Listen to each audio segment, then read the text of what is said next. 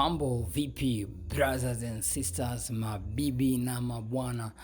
I hope mko poa sana. Karibuni sana kupitia entertainment info ambayo inakuja kwako hapa kupitia Nodomez on my YouTube channel yangu. Nafurahi sana kila siku ninapokuwa na nyie, kwa sababu nyie ndio mnaweza kutuwezesha tuweze kupata nguvu na kuweza kuwatengenezea madude makali na makali, au sio bana? Kama wewe bado hujasubscribe, basi rahisi sana, wewe bonyeza alama hapo iliyoandikwa subscribe yenye alama nyekundu, au sio bana? Nenda kabonyeza alama ya kengele ili mradi uwe wa kwanza kupata notification zetu, na kuponi noma sana. Leo kwenye entertainment info nakuletea moja kati ya washikaji ambao wanaweza kutrend sana na kibao kipya ambacho ameweza kutoa na msanii Diamond Platnumz, anajulikana kama Juma Jux.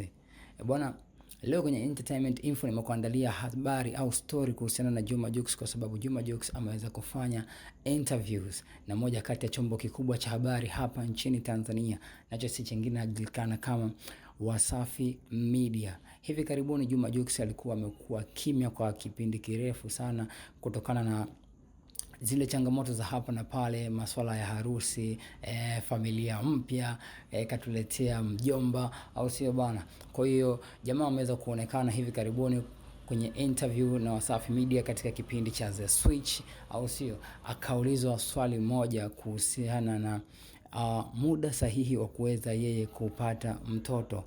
Bwana Jux aliweza kuulizwa swali hilo na ndugu yangu anajulikana kama Mchaga OG. Majibu yake Jux alisema kwamba yeye alikuwa anataka kupata mtoto na mtu sahihi. It means that huyo aliyokuwa naye sasa hivi ndio mtu ambaye yeye kwake ndio sahihi.